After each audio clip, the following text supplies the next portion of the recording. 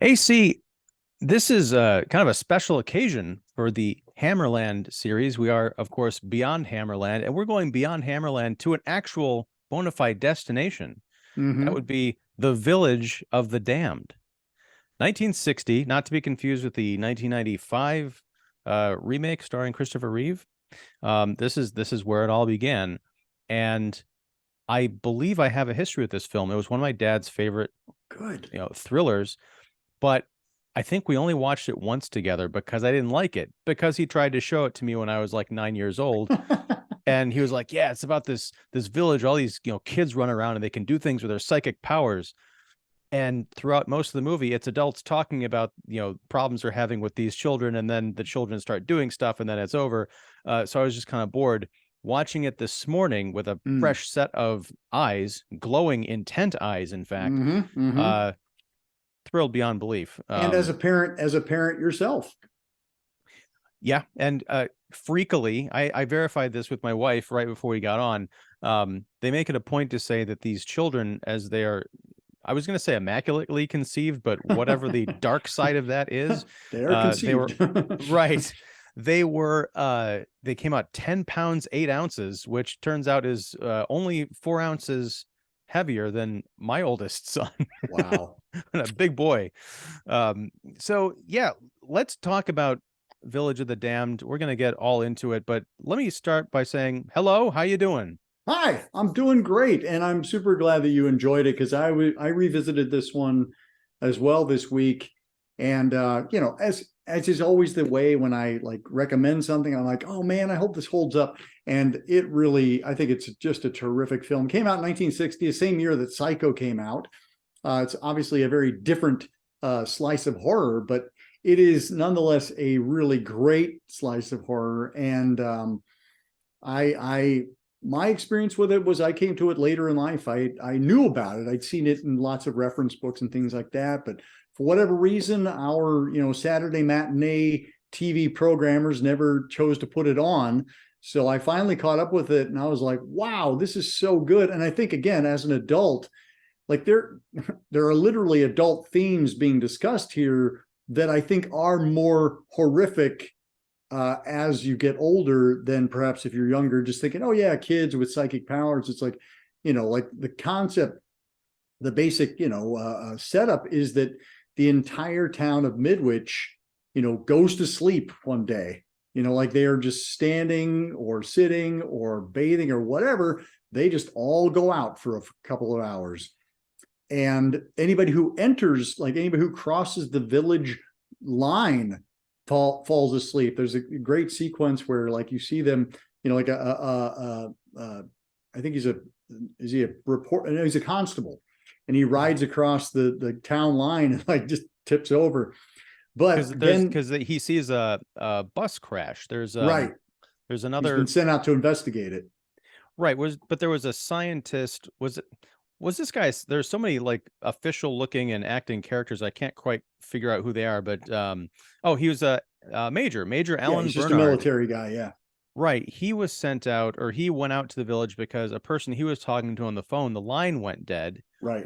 And that was his friend Gordon Zellaby. His He goes, brother-in-law. oh, that's right.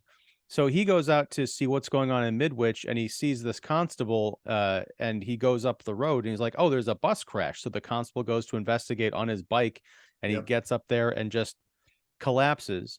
And thus begins, it's a small thing, but it eats up a good portion of the time. Right. This really is science fiction and horror together because they're trying to figure out, okay, where does this spooky pass out, fault line begin? They bring in like literal canaries.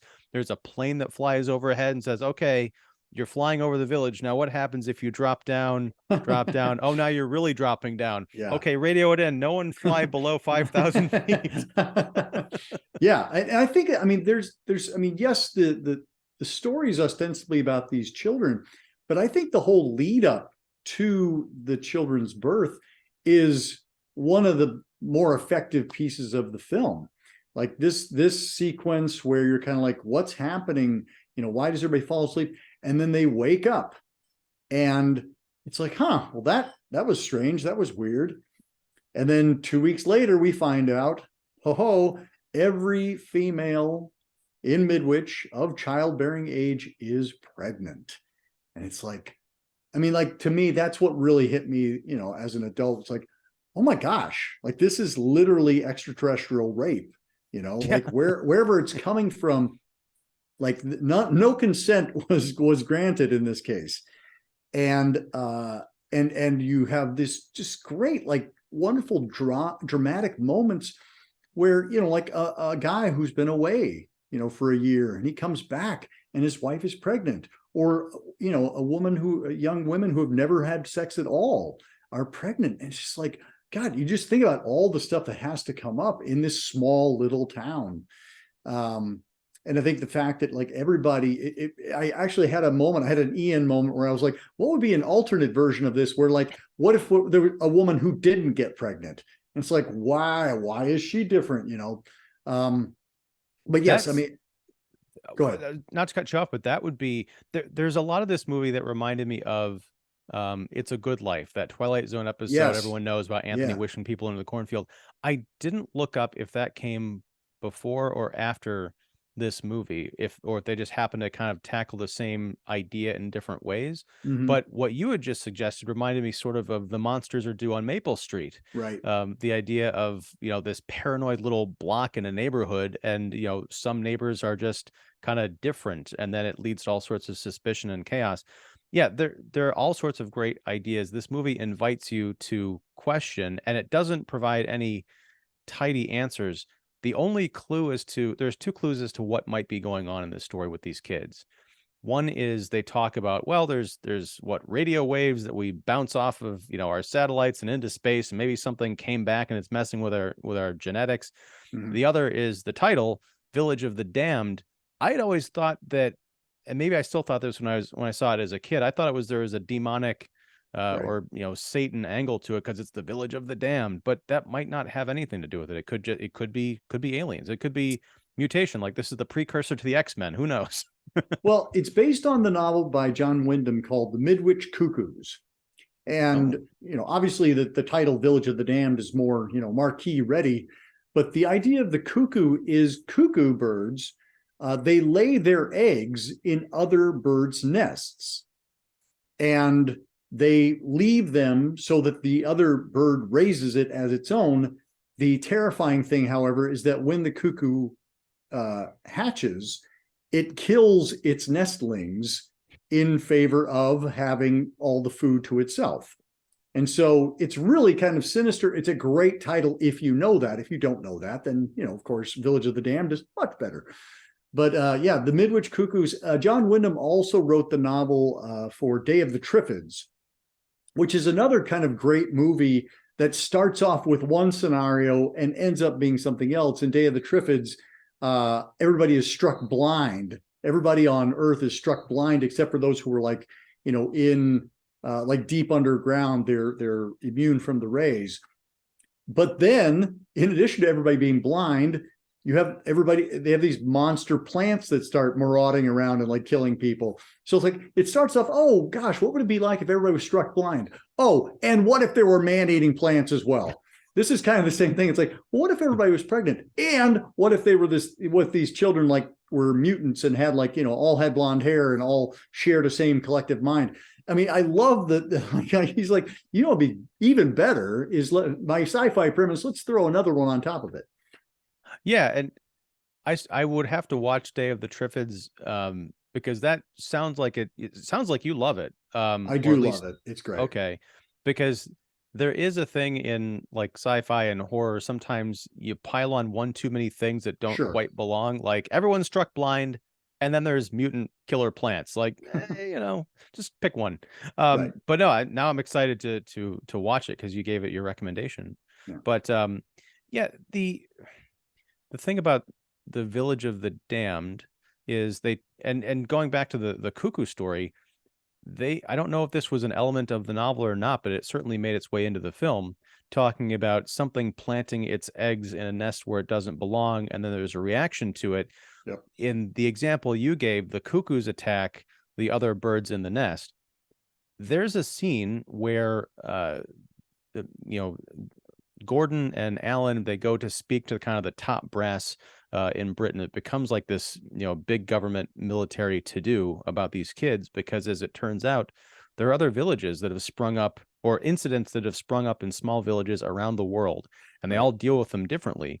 And I want to say it was Alaska. There was some kind of, what I'll call, I don't know if they called them Eskimos or whatever, but a population there where all of a sudden all the women in the village ended up pregnant with these blonde kids, and all of them are like dark-haired, darker featured people. So they just straight up murdered all these children. They murdered the children, and I think maybe the women as well. Like it was not a happy thing. You're like, okay, so yeah, I think there's like this one, and then there was one other village where the kids survived.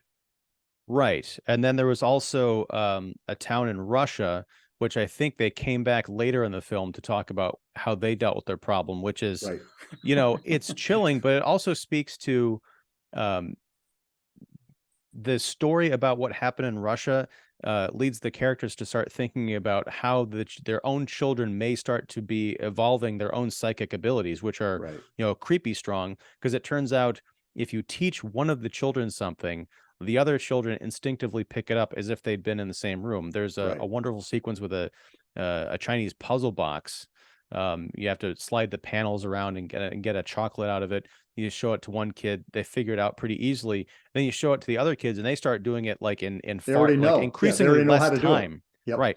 The one bit, I don't know if this is a flub, but I swear there was one or two instances where I didn't see them stop to refill the chocolate in the box. It's like magically, yeah, that's true. I don't remember them like putting it back in there.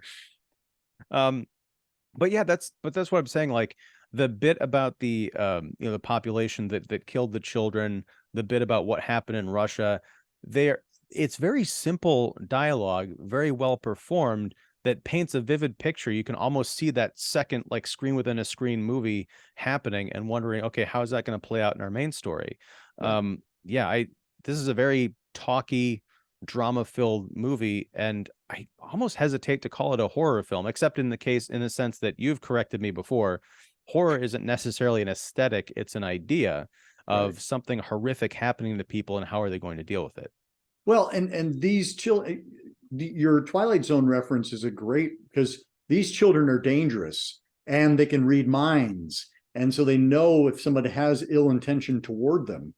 And so anytime someone starts even thinking about ill will toward any one of those children, they lash out. I think they cause several suicides. They cause, one kid to fall down. It's like they're kind of terrifying in there, and they're just getting stronger as they get older. They're getting wiser, they're getting smarter, they're getting wilier. And I wonder, I mean, we don't ever get this sense, but I wonder if they have any kind of mental connection to the other children around the world. If there's any kind of like mass brain that they're sharing. I don't think we get any evidence to that, but I'm just kind of like, just one more interesting idea.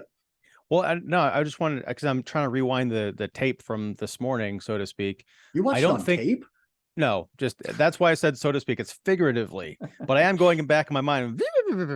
But no, I don't think they make direct reference to the other children, but they do talk about at the end, their plan is they need to get the heck out of Midwich. And kind of spread out. And you don't necessarily get the feeling that, they're going to spread out to spread their seed, although they do kind of mention that eventually they'll mature to the point where they can do that. But you almost get the sense that they have maybe picked up on the fact that because they're a cluster, they're easily targeted. We're vulnerable, exactly. Yes, and because it turns out that eventually they are the last cluster of their kind, at least in this iteration.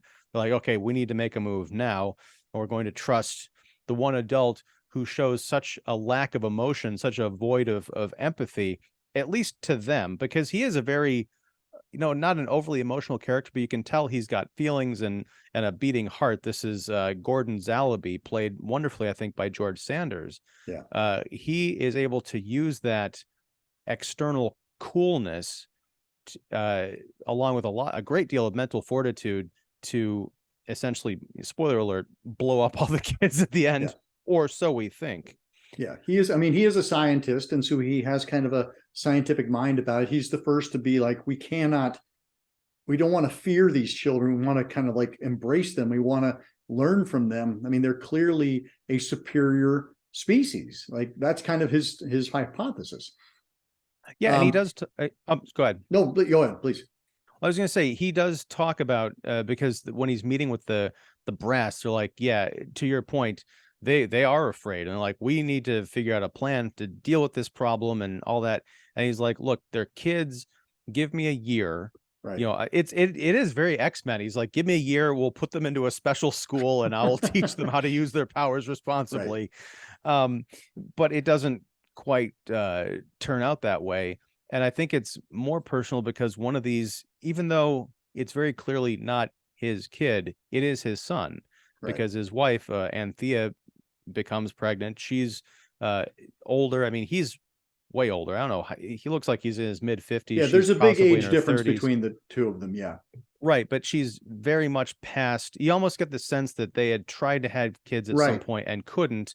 And because they're very excited when she turns out to be pregnant. She's one of the first that is revealed to be pregnant. And then you start finding out, oh, that person's pregnant. That person's pregnant. Oh, they're all exactly the same number of weeks pregnant. Yeah, and there's I think a teenage girl in town who is consulting with the doctor, and she's like, I don't know what happened, but I can't. This is going to destroy my life. And he's like, look, whatever happens, I'll be there for you. I'll help you out. It's going to be all right. One of the things you were talking about, what if there was someone who hadn't been pregnant? I thought, what if there was someone in this town who kind of embraced being the parent of one of these children, because they're all kind of freaked out. But would it be interesting if there was someone who realized what was going on and tried to align themselves with this cadre? That would be smart. You'd be like, let's be friends with the monster kids.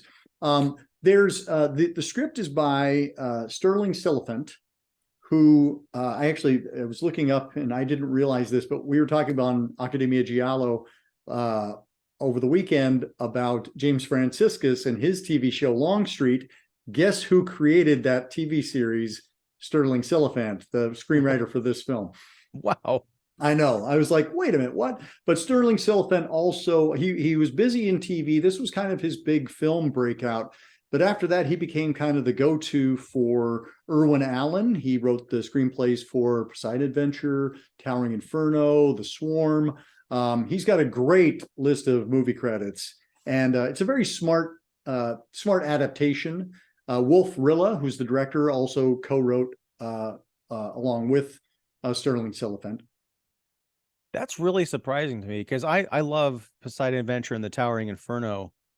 They don't seem like they would come from the same mind as Village of the Damned, except for the fact that I watched those movies like within the last 8 years or so for the podcast, and I'd always heard of them as big summer blockbusters, kind of the precursor to all the big disaster movies we have today. So I didn't expect much, but what I got was a bunch of smart, star-studded, actual, cool, creative with the special effects adventure pictures. Yeah. And yeah, I can see that with this movie. It's much smarter than, oh, we've got these aliens that have come to Earth and they're trying to blow people up with their minds or something. Well, what's interesting is that if you think about, because I was watching it this time with the commentary by Stephen Haberman, and he comments on the various communist illusions that are inherent to it. The idea of this alien force infiltrating, and it has no emotions,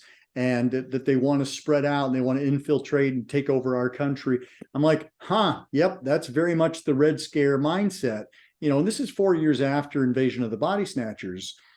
And I hadn't actually picked up on those themes before, but I was like, yes, absolutely. It's very much there in the fabric of it. And I think that's what makes a really great science fiction film, is one that you can watch at face value and the drama carries it on its own, but that there are those layers beneath it of subtext that you can also go, oh, it's also a commentary on this. It's also a commentary on this.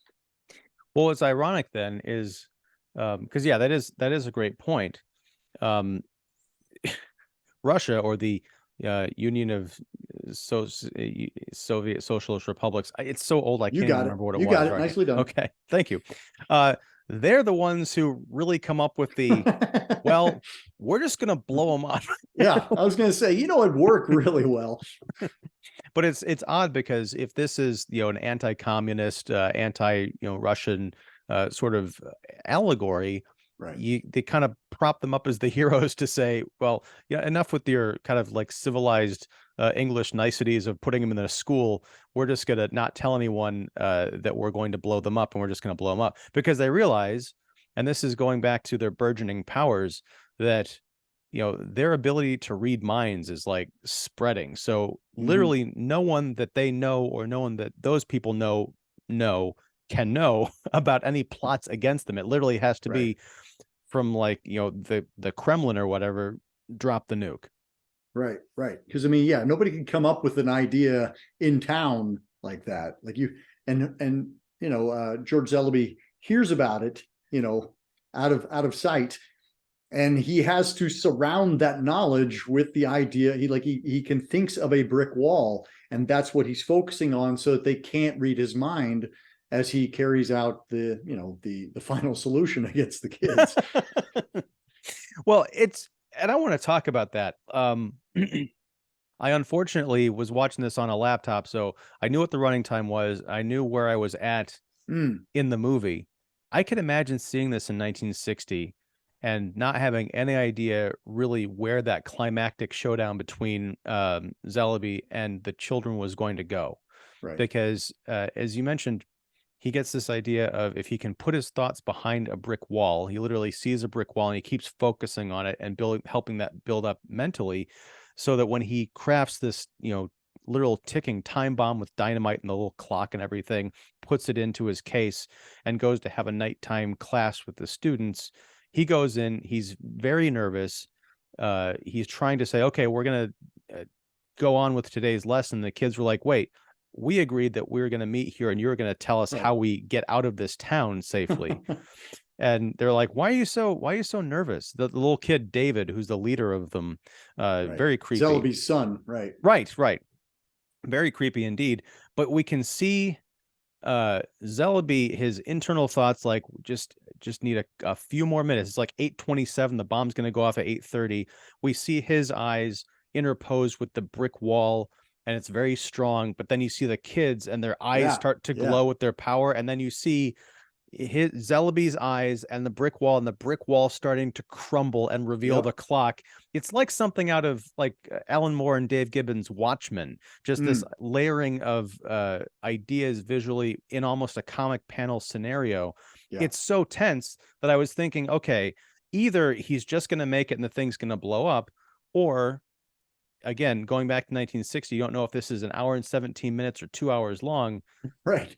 Maybe they figure out, oh, you've got a bomb, and they force him to like run out in the field and blow himself up, and then the rest of the town has to deal with these kids. It's very tense. And what's funny is it is a literal representation of Alfred Hitchcock's famous reference to shock versus suspense. The idea of under the table, having the suitcase under the table that's ticking, and you're like, no, stop talking about baseball. It's like, there's a bomb. You have to take care of that.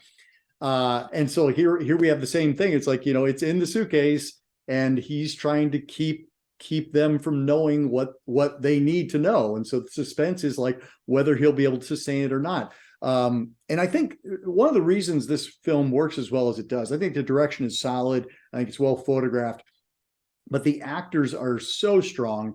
You got George Saunders, who is, Oscar winner for All About Eve, but he also, he's done several genre things. He did a really nice job with, there's a couple of John Brom films, Hangover Square, and he's also in The Picture of Dorian Gray.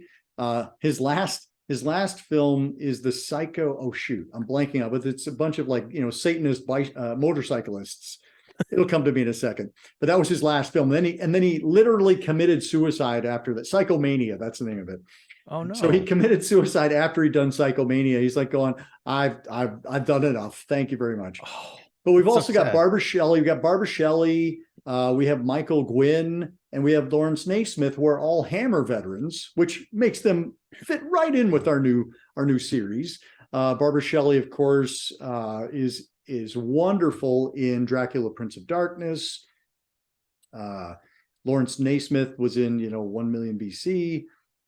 Was he in 1 Million? He was in Village of Gwangi. Sorry, not a Hammer film, but a Harryhausen film. Anyway, and then Michael Gwynn was our monster in Revenge of Frankenstein.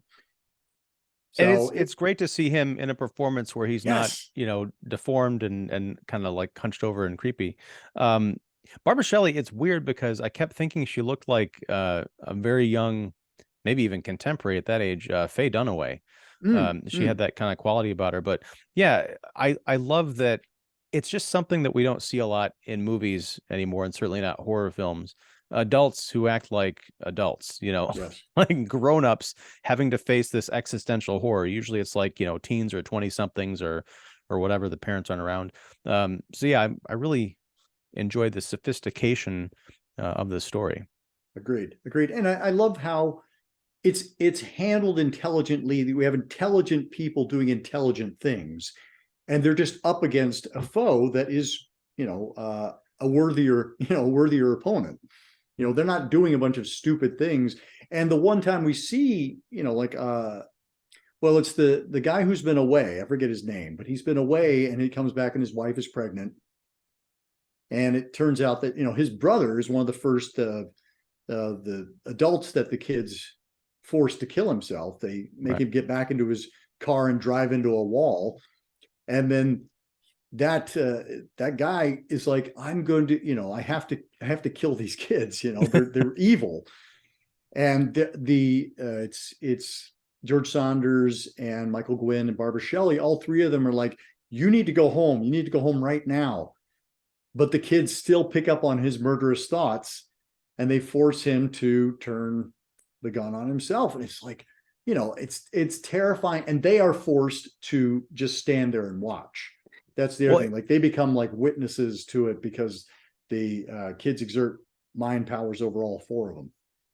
But it's almost it's a little bit different than that, because the other three adults who are not holding the shotgun, they are present, but they almost go into a trance. Like a trance, exactly. Right. And so when they wake up, it's not like they were forced to stand there and watch in horror as this guy blows his head off. They almost fall asleep, and when they come to, they recognize it. Yeah. Right. But there's usually a stinger to these kinds of scenes where the woman discovers the body or sees something horrific, and she'll let out the giant, 1950s, 60s horror movie scream, like, ah! Right. They don't do that here. No. We do, as we cut away from the scene, Barbara Shelley, she sticks her hand in her mouth and does that kind of silent anguish, probably because she didn't want to rouse the ire of the kids. They're like, oh, you had a problem with that, Mom? Yeah. Again, it's a Wonderful Life. Not It's a Wonderful Life, but It's a Good Life from the Twilight Zone. Like, none of them can say anything. They're like, that was a really good thing you did, Anthony. Nice job. Thank you. I want to see the alternate version where the people in that town wish that Anthony had never been born, and Clarence comes down and has to deal with him. There you go. It's a wonderful good life. I'm going to start writing that right now. Please do. Now, have you seen, I'm sorry, where were you going? I was going to say, have you seen the remake, the Christopher Reeve, John Carpenter directed? Oh God, I forgot that was John Carpenter. I know. It's John Carpenter after the car crash, where he suddenly wasn't good anymore. I don't think I knew he was in a car crash. What he happened wasn't there? in a car crash. That's a joke that we make about, like, Metallica and John Carpenter got in a car crash, and neither of them were ever the same again. Happened in, the late 80s. Wow. Yep. But no, I feel like I've seen bits of it, but for some reason I always had it in my mind that it was a TV movie and not an actual thing. Maybe it's because I saw it on TV and kept going channels or something, but it's gorier, but it's definitely, it doesn't play much better than a TV movie. You got Christopher Reeve and Kirstie Alley, and it just feels, it feels a little dumber. It feels a little less classy. It's just something about it. It feels a little more I don't know, 90s. Yeah. Well, have there been any other, like, they didn't sequelize this or anything, did They they? did sequelize this, actually. Children of the Damned came out 3 years later, I believe. And it follows a group of children that did survive. And they are being kind of preserved. I think there's like one from every country. It's Like one UN, from every UN country. of the damned. Yeah. It's like a UN of the Damned, basically. And I haven't seen it recently enough to speak to it, but I remember it not being, it's not bad. It doesn't have quite the same haunting quality. It's a little more sci-fi than horror. But it's, it's out there if people want to check it out. Hmm. Yeah. Well, this movie is definitely out there, and I'm glad that you recommended we watch it. I wasn't quite sure what to expect or what the kind of Hammer connection was. I know we've watched a couple. It's nice to go back and visit some black and white movies. We've talked about a handful of those on our journey. It's just kind of a nice change of pace, getting away from all that vivid color and red blood. You mentioned that the remake was kind of gory. This movie is, I don't know what this is rated. It could be rated G for all I know, because it's so clean. Even the guy with the shotgun, you see the barrel go up to his chin and the beads of sweat, and he looks very disturbed. It's far more effective than if we'd actually seen his brain splatter, because you just wonder, what was going through his mind, besides bullets. And I do think that that's the thing. Like, I feel like there's a real sense of horror surrounding a lot of these events, like the horror of, being forced to turn a gun on yourself, the horror of being forced to get back into a car and drive into a wall, the horror of waking up and finding out you're pregnant when you're 17 and you've never been with anybody. Like it's more cerebral, and yet there's still, there's horror elements in terms of kind of, I want to say like not schlocky, but like, kind of that shock of like having, the eyes kind of glow. The fact that all the children are the same, there's some elements that make it, lean it into kind of like that off-center world that kind of horror can occupy. Well, yeah. I mean, speaking of kind of off-center, I noticed that, and it's special effects at the time, I guess, but when the kids' eyes, go to that kind of like glowing cat thing, I noticed they're all still frames. Yes. Except for one scene where the one kid is like with his, I don't know if it was David or if it was one of the girls. It's David. It was okay. So it was David with his mother or his nanny or something.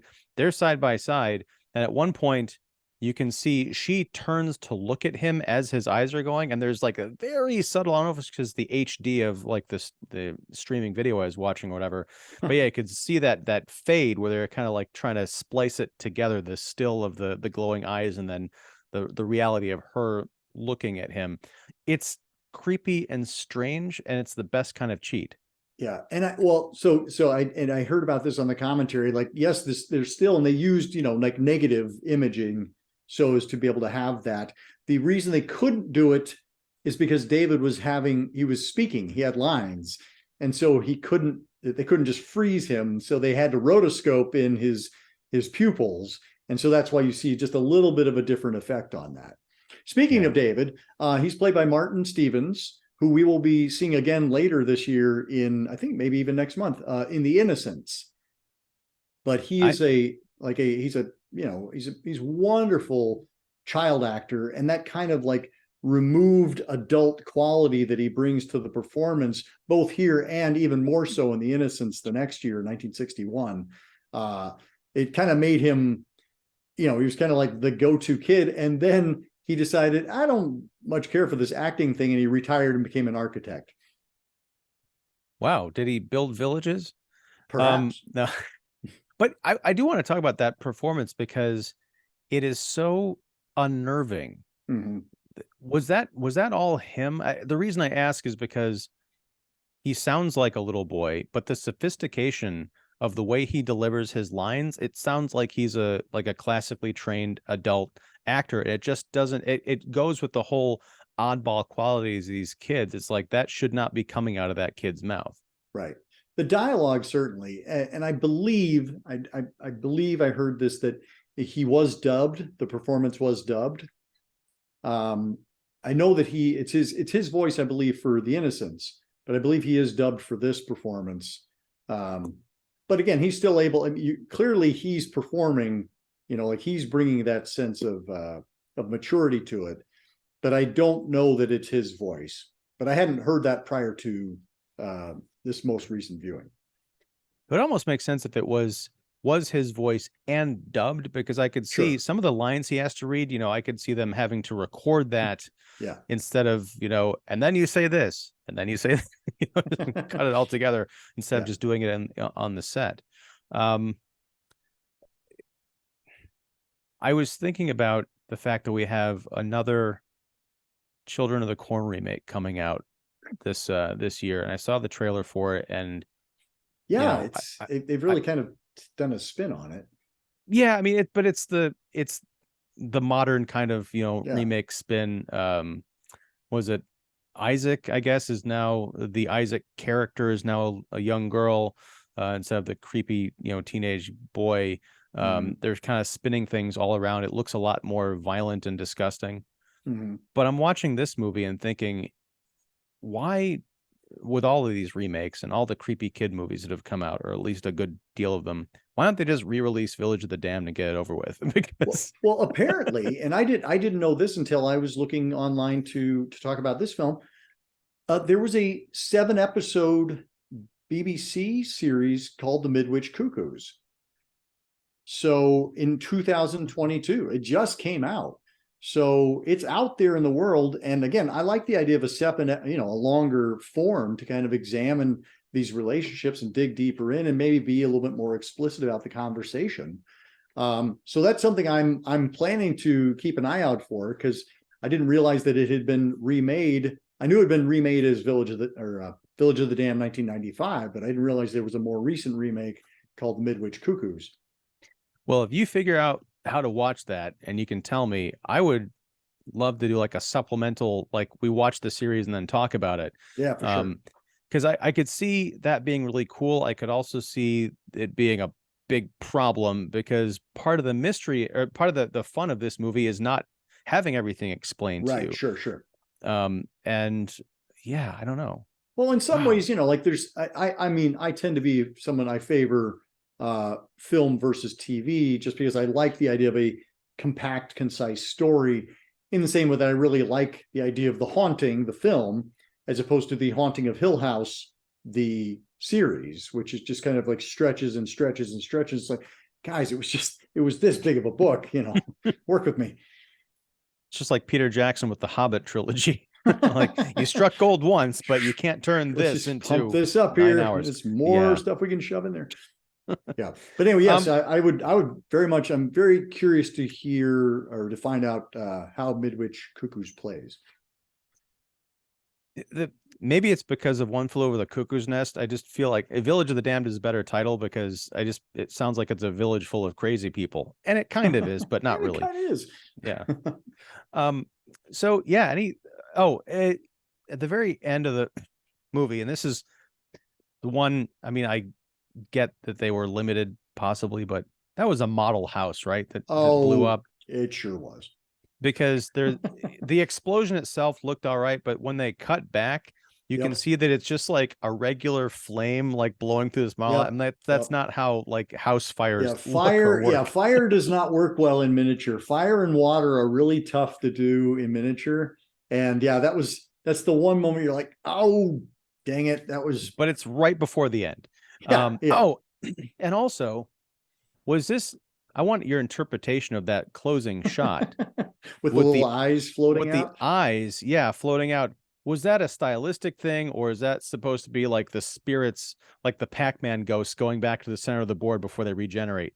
I tend to think it is along the lines of the end ... or is it, just to give us a little bit like, frisson, to be like, oh, okay, anything? Is there more? Because they clearly are incredibly powerful mental creatures. So perhaps maybe the body doesn't, they don't need the body, or they need to find another body. I don't know, but I think that's kind of just one more little stinger they threw in there, because I can't imagine it actually meaning anything other than that. Yeah. Like, I don't know why you would do that. I don't know why they did that. Like, it's kind of a weird, like, and I'll go on the record as saying I don't think it's great. I think it would have been better to just run the end over the burning house and call it a night. Yeah, and that would have been very, very Hammer as well. For sure. The last thing I want to mention is, again, the idea of evolving powers. There's a great scene where Gordon is talking to David and he says, "Can you read my mind?" And he's like, "Yes." And he's like, "How much can you read?" I don't remember the exact exchange, but essentially it was, they haven't gotten to the point yet where they can read intention, like Sure. the intention to have a thought that then could be read, but they'll get there. Yeah, they can just read the front, and that he does say that. He's like, but we're gonna get there. Yeah. And that's when Gordon's like, okay, time to time to look into some clocks. But yeah, any final thoughts on Village of the Damned? It's a film that is, how old now? God, it's got to be 1960, so 60. that's 63 years old, right? Yeah, I mean, I just think I think it packs so much power. I think it's a really smart film. I think it's really handsomely produced, and it introduces us to Martin Stevens. And without Martin Stevens, The Innocents, which we'll be watching next month, would not be quite as amazing as it is. So I'm happy that this film exists for many, many reasons. Me too. And I said it was my final thought, but I kind of lied because I just thought of something. This is one of those movies where I said they should just re-release this movie. I feel like this is one of those rare examples where it kind of just, if you wanted to remake it shot for shot and not change anything about it story-wise, whatever, it would still work because they think of pretty much everything. There's nothing in here that a cell phone or the internet would really solve or be a problem. It's a remote village. Even if they had all this information online, it doesn't really matter because these kids are connected to themselves. They're somewhat connected to the outside world events. You could even say, oh, we need to shut down access to the World Wide Web and cell phones to this, to isolate this problem. But yeah, it's not corny. I think it's just the fact that it's in black and white. I mean, you can imagine it's a very modern 63-year-old movie. Yeah. Well, and kind of 1960, I mean, I remember making this comment elsewhere, but 1960 was such a great year for horror. In addition to Psycho, which I already mentioned, we had Peeping Tom that came out the same year. We had the first of Roger Corman's AI Poe adaptations, Fall of the House of Usher. We had Brides of Dracula, which was, the first sequel to Hammer's, Blood of Dracula, which had come out the year before. And we had this film. It's like 1960, man. Like, what a great, great year.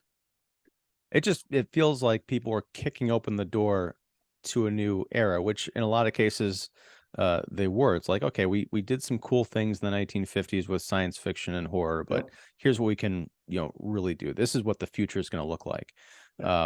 And it is kind of sad that that's not what the future looks like. But I'm glad we've got these movies we can look back on and appreciate. But I appreciate you, AC, hanging out and talking with us about all things Beyond Hammerland. And next month, not next week, we're gonna be talking about The Innocents. Set that up for me. What's that one about? The Innocents is the adaptation of the Henry James novel Turn of the Screw.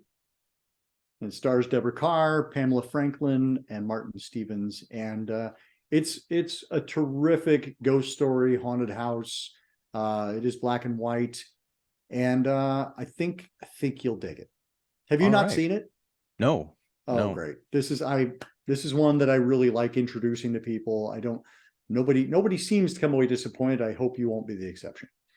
I hope so too. Don't jinx me like that, sir. But no, thanks. Aaron Christensen of Horror 101 with Dr. AC. It's always a pleasure. Check out his stuff below. Did you write about Village of the Damned? I knew you were going to out me, and no, I didn't have time this week to write a written review. If I do write one, I'll pass it along and we can put it below in the comments. I shall. This episode's going up the day that we're talking about it. So check back, and retroactively, I will put that in there when you send me a link. And also feel free, folks, to like and subscribe to this channel if you like the stuff. And yeah, and support AC and all of his works. Check out Academia Giallo, our other monthly series. It's horror is all around. And until next time, whatever that is, thank you all very much. Thank you, AC, and take care.